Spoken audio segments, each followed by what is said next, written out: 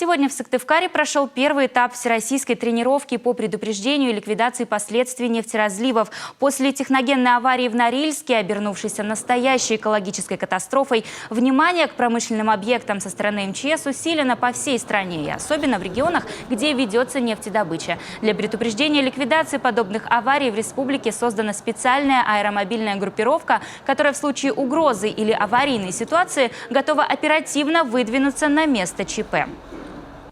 Сегодня практически отрабатываем действия только по подъему аэромобильной группировки. Это 100 человек личного состава и 11 единиц техники. Водные разные по всей республике, потому что у нас ряд муниципалитетов, которые действительно там базируются объекты нефтяной отрасли, а есть, где просто отрабатываются действия, к примеру, по ликвидации розлива на автозаправочных комплексах и на подобных объектах. Завтра в рамках второго этапа всероссийской тренировки в муниципалитетах республики пройдут тактика специальные учения на объектах топливно-энергетического комплекса. Спасатели уже на местах отрабатывают действия по предупреждению и ликвидации последствий аварии.